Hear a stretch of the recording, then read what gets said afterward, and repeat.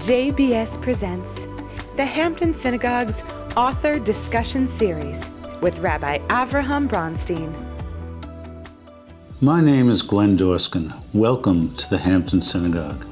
The Hampton Synagogue Author Discussion Series, now in its 27th year, is a cultural highlight of our summer season, both for members of our congregation and our many visitors from across the Hamptons.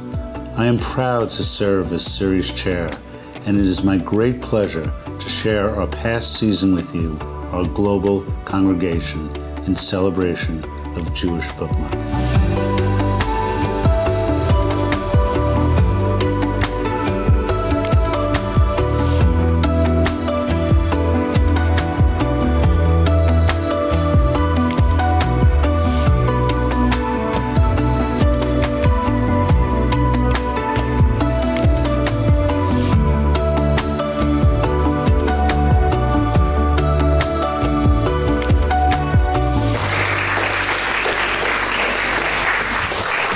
Pleasure to have you, especially to discuss this book. We were just discussing before the difference between fiction and nonfiction, or what was fiction or not. This is obviously, it's a nonfiction book, it's a biography, but it's incredible when you read it how much of a narrative there is. There's a real momentum to it, there's a pacing to it. It feels like you're reading a novel because the story is told so vividly and with such force. So thank you for being here, and I can't wait to discuss it with you. Well, thanks. I sure aspire to that, so I'm glad to hear those words very much. And I've been asked to read a short passage, which I will, and I just want to set it up for you a bit, contextualize it. As you already heard in the wonderful introduction, for which I'm so grateful, the book is primarily about Humphrey's political life and the life of his allies and adversaries in the decade of the 1940s. And it's a decade when, very much because of World War II, there are these parallel struggles against racism and against anti-Semitism. And the question that America is asking, having fought against fascism abroad, is what are we going to do about the intolerance in our own country? And when Humphrey becomes active in public life in Minneapolis and ultimately becomes mayor, he takes on these issues. And for him, the battles against racism and anti-Semitism are always in sync. And the laws that he put through for fair employment and against restrictive covenants in housing in Minneapolis affected both blacks and Jews, as well as, for that matter, Catholics and Japanese Americans. And his big triumph in 1948 at the Democratic Convention to get the Democrats to fully embrace civil rights for the first time. If you actually read the plank that was adopted by the delegates, it explicitly addresses discrimination not only on the basis of race, but also religion and national origin. So this was hugely important for American Jewry as well. But to take on these stances in the 1940s meant that you were at some risk. Actually, they might look like safe political positions from the standpoint of 2023, or perhaps not, considering the upsurge of anti-Semitism, but definitely at that time, it made you vulnerable. And I'm going to read a little part that I think even many of you who know about Humphrey probably don't know about this element of his life. The hate mail and telephone threats began arriving in November 1946, shortly after Hubert Humphrey's first public meetings about a self-survey of bigotry in Minneapolis. Along with the letters and phone calls appeared placards tacked to trees on the University of Minnesota campus. One declared, "Kill Jews." Another boasted, "When they start talking of racial equality, pull the safety catch on your gun.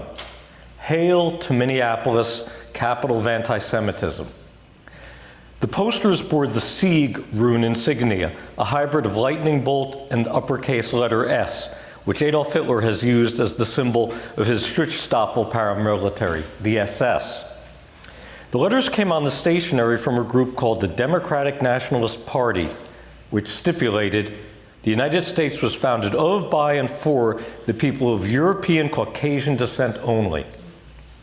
As for Mayor Humphrey, it said, "If you oppose us and serve as a tool of the Jewish communist interests, we will promise you here and now that on the day of judgment, our day of victory, you will meet your retribution.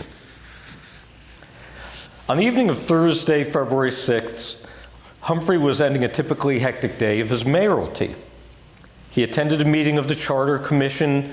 He added 5 professors from the University of Minnesota to the self-surveys research team.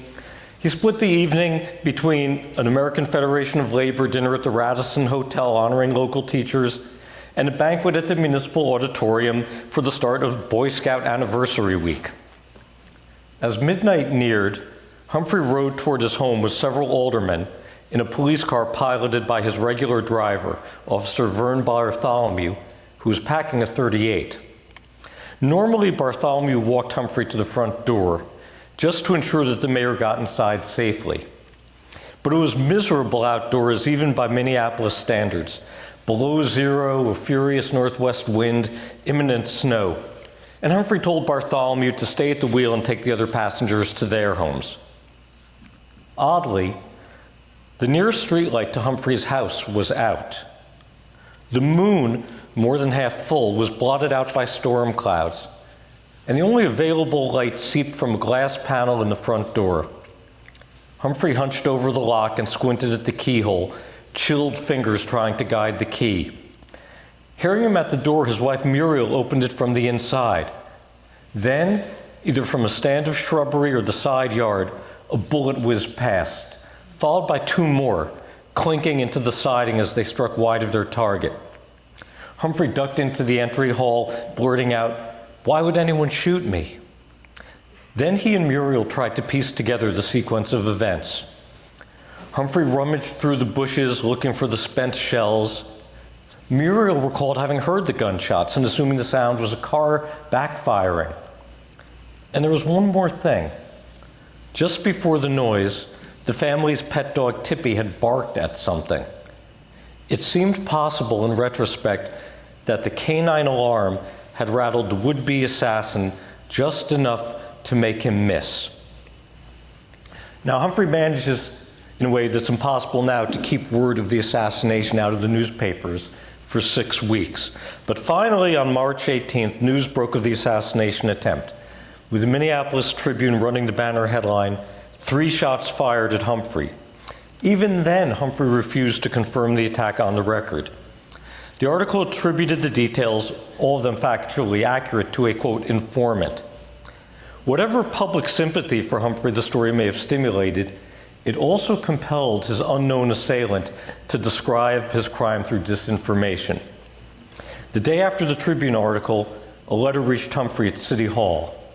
It said the mayor's life was still in danger and pointed an accusatory finger at Jewish mobsters downtown. The same correspondent wrote to Muriel Humphrey at home a few days later. Very cunningly, compared with the impeccable grammar and lexicon in a letter from the Democratic Nationalist Party, this one adopted an ignorant affect. "Tell your husband to be very careful. I work for a Jewish family. I overheard a conversation in another room. There was no name mentioned, but I know it was sent for him. 4 big Jews going to pay $5,000 to bump somebody off. It's about gambling. They don't make enough money. Keep this out of the papers. The papers is a Jew outfit that the Jews do anything for. Money, where there's money, there's Jews and murder and crime. They control everything. This is from a real friend." And ultimately, they find that the person who was sending those letters and who was putting up the hateful placards around the university campus was a war veteran named Maynard Orlando Nelson. And the police go into his house, they arrest him. Interestingly, Humphrey never brings charges. I don't think Humphrey wanted to give him the public spectacle of a trial. But I'll just close with this paragraph. In the process of going into Nelson's home, the police found a German Luger, a .38 caliber pistol, bullets, a blackjack, and a pocket knife. They also found posters, pamphlets, and a logo stamp from the Democratic Nationalist Party. And they found letters to Nelson from Mississippi Congressman J.E. Rankin, one of the most outspoken bigots in Congress, and a copy of the conspiratorial book The Red Network by Elizabeth Dillig, who had been tried for sedition as a Nazi sympathizer. From arms to ideology to propaganda, Nelson possessed the complete toolkit of a terrorist. Thank you so much. Just general question, how did this book come about? What inspired you to take on Hubert Humphrey as a project? I had been looking for a number of years for a book that was set in the late 1940s.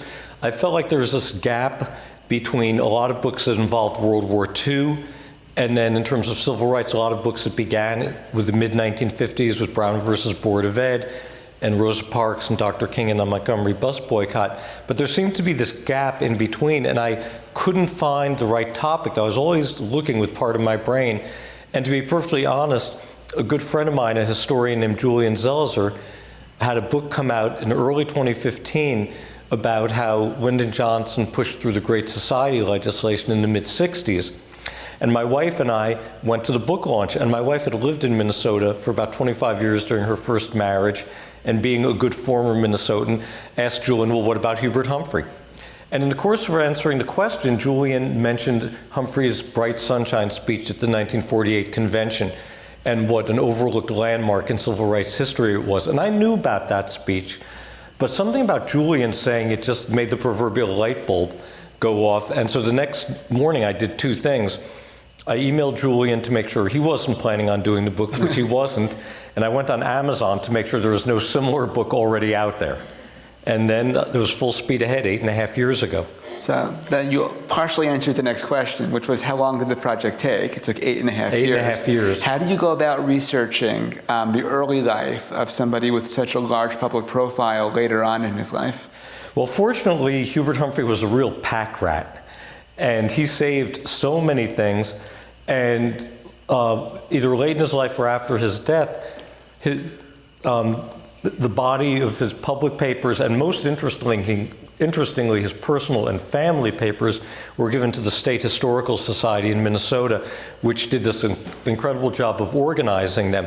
So I delved really into the archival holdings very much, and spent several years of my research time was spent doing nothing but reading those papers. The great magisterial biographer of Lyndon Johnson, Robert Caro, has this phrase, turn every page.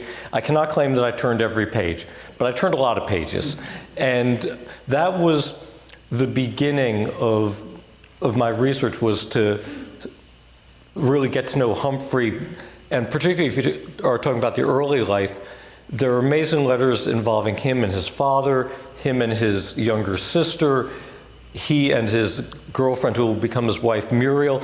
And a great advantage to writing biography of someone who lived at that time is that there was mail delivery twice a day back in the 1930s and the 1920s. And if people were separated, if Humphrey was writing to Muriel when she was working her summer job at a little, tatty little resort her family was trying to run in the Depression, and Humphrey's working at the family drugstore 150 miles away, they'd be writing to each other twice a day. And all of that was preserved. And so it was an amazing ability to kind of get into his head with, total historical credibility at that time. Wow.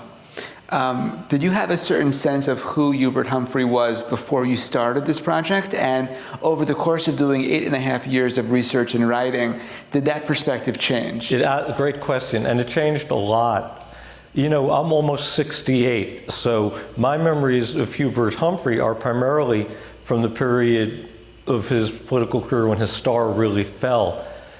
I remember, he and Lyndon Johnson being pilloried by liberals like my parents for supporting the Vietnam War. I remember a few months shy of age 13 watching him get the nomination amid the violence of the Democratic Convention in Chicago in '68. I remember heading into college, the kind of pathetic spectacle of him trying to run against George McGovern for the nomination in 1972 and losing.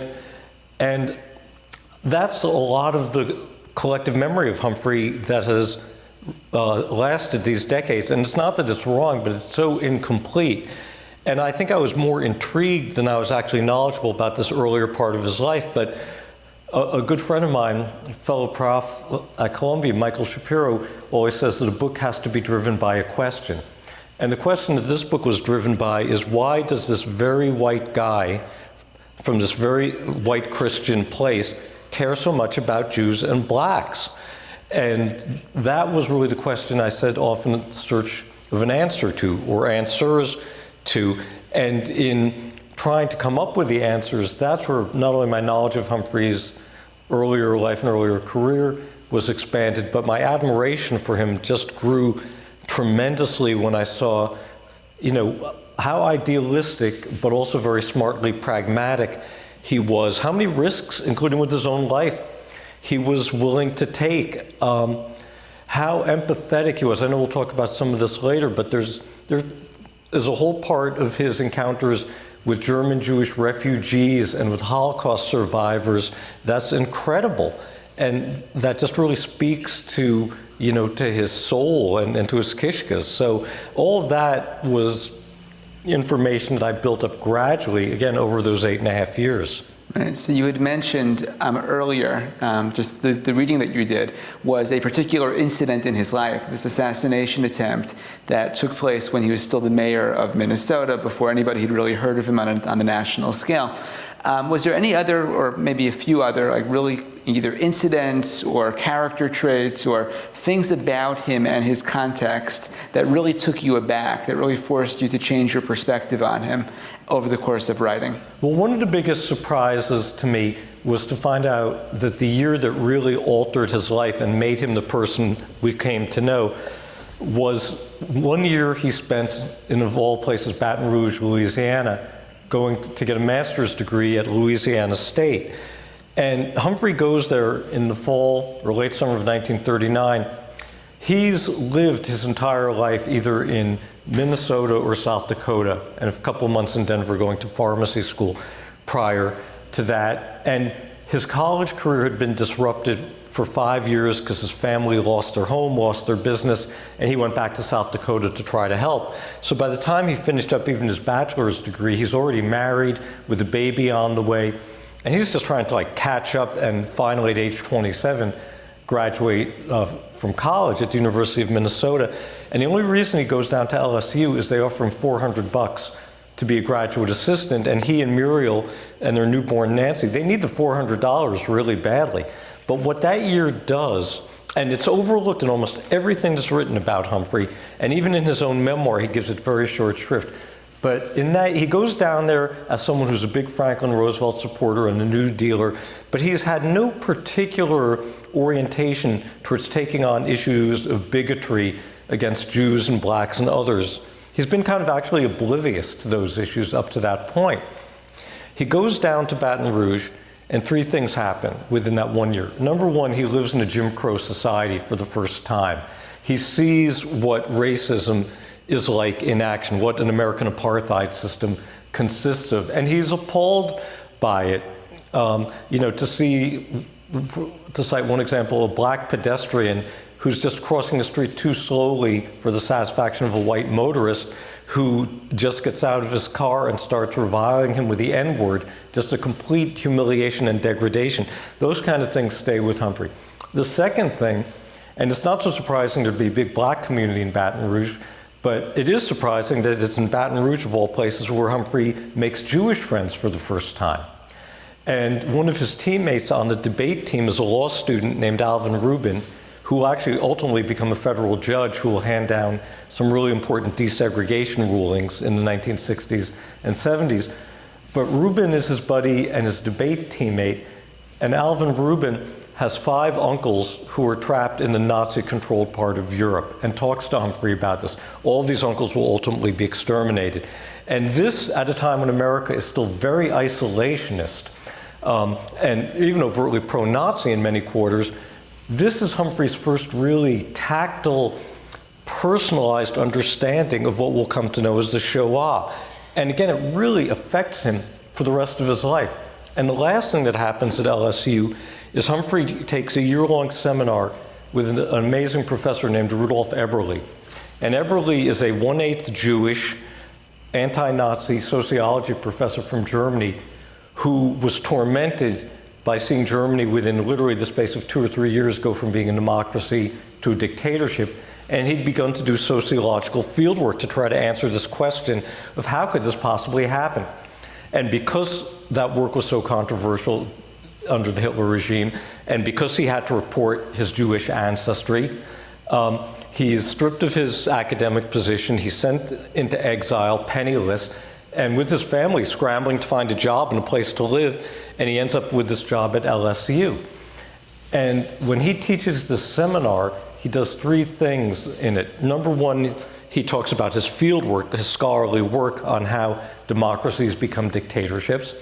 Number 2, he talks about his family's own experience of dispossession and, being refugees. And number 3, he explicitly draws parallels between the oppression of Jews in Nazi Germany and the oppression of blacks in the Jim Crow South. And all of this has a huge effect on Humphrey. So I think it was a big surprise for me to realize that this 1 year in this very unlikely place of Baton Rouge was going to be so decisive in the person Humphrey became. So if running for mayor on a platform of fighting against racism and anti-Semitism didn't make electoral sense, but he kind of found the way to make it work, even though maybe that was a political disadvantage for him if you think about it just strictly, that's basically the same thing he was doing in 1948 in his convention speech, right? Doing the exact same thing, Absolutely. Pushing for civil rights, knowing that he was going to split the Democratic Party basically in half. Exactly. I mean, the 1948 Democratic Convention, Harry Truman is going to be nominated to run for a full term. That's a given.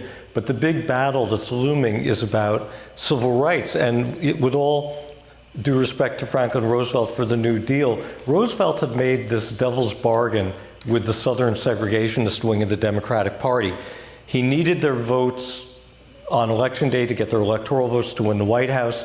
He needed the support of these very senior, powerful Southern Democrats in the Senate and the House to get his New Deal legislation through. And so his kind of corrupt bargain with them was to allow New Deal programs to be sometimes written and always implemented in ways that were racially unequal in the South, and never to have any language in the Democratic platform endorsing equal rights racially and religiously for that matter as well, even though Eleanor Roosevelt, the First Lady, was constantly urging him in that direction. After the speech, what he was scared of happening happened, right? The Democratic Party broke up. Strom Thurmond ran for president as a Dixiecrat, and Truman still won. Exactly. So the question then is, right, and this is maybe a larger question, was Humphrey kind of riding a wave that he wasn't really sure existed but turned out was there? Or just from the power of persuasion, was he really one of those pivotal figures that changed the course of history? I don't think Humphrey knew he was going to succeed by any means. The way it worked out, he gives the speech, it's the afternoon of July 14th, and there are 1,500 delegates, including alternates. There are only 17 blacks. So you're not going to win this on black votes. You're trying to convince, a 99.9% white set of delegates to, again, defy their president, risk a Southern walkout by coming out for civil rights, which even FDR had never asked them to do. And when you listen to the audio of Humphrey giving the speech, and you can Google it on YouTube, you can hear the audio, it's amazing. You can hear all the boos. He gets some cheers, but there's a lot of booing. And there's such an uproar after he speaks, the Southerners are just indignant, right? That the convention is actually halted for a couple of hours to try to let tempers cool. And until it reassembles later into the late afternoon, early evening, there isn't a vote taken yet on the civil rights plank. So Humphrey doesn't even know whether he's going to win or lose on it for another couple of hours. And it wins decisively, but it's close enough that I think in the roll call of the states, it had to get to Wisconsin before they hit the 50% mark. And so I think he didn't know that he was riding this wave, which I think speaks even better for him because he was willing to put everything, to put his entire career at risk on behalf of this principle that was important to him. And remember, this isn't a rich guy. If he had, lost his political career as a result of this, if the Democratic Party had pulled its support for him running for Senate, for instance, like, you took on Truman, who told you not to do it, so we're not going to really lend you support running for the Senate. He basically was living kind of hand to mouth. His whole income was his salary as mayor. He wasn't from a rich family. He wasn't going to go and be a lawyer or a lobbyist. He was going to have to, scuffle around just to pay the mortgage again.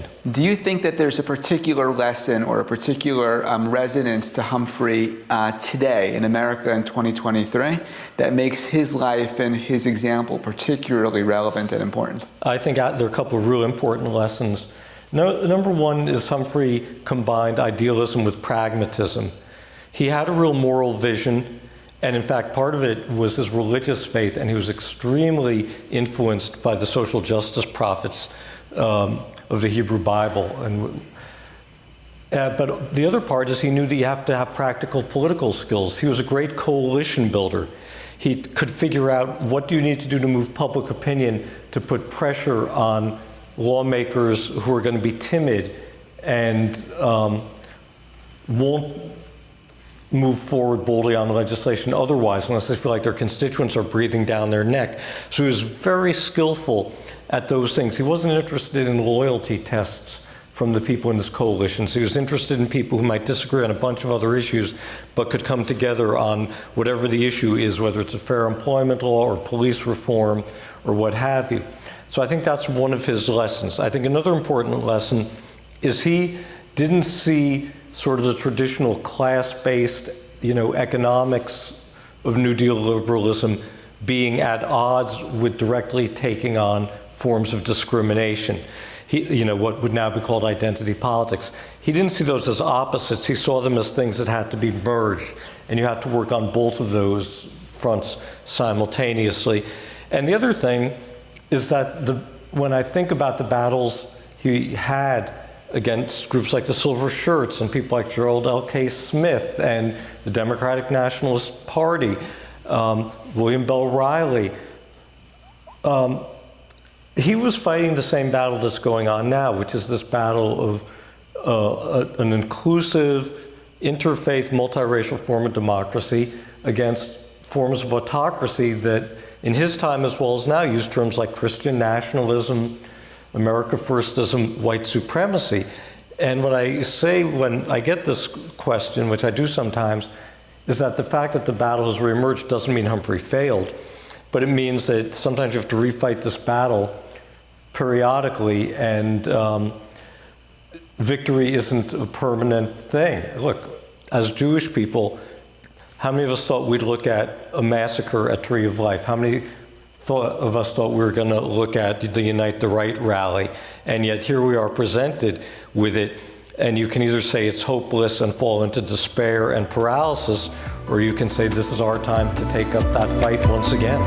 Thank you so much for a wonderful conversation. Thank you.